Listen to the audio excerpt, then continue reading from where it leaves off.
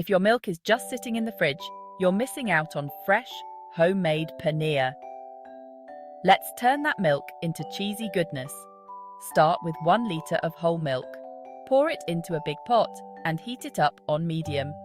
Stir now and then to keep it from sticking. When it starts to boil, reduce the heat to low.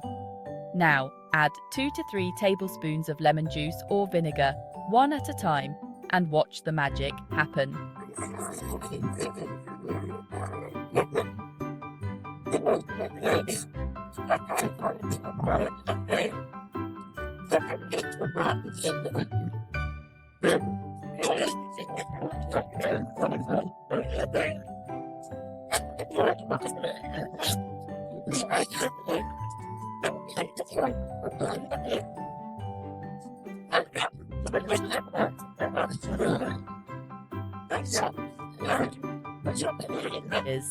And enjoy your homemade creation.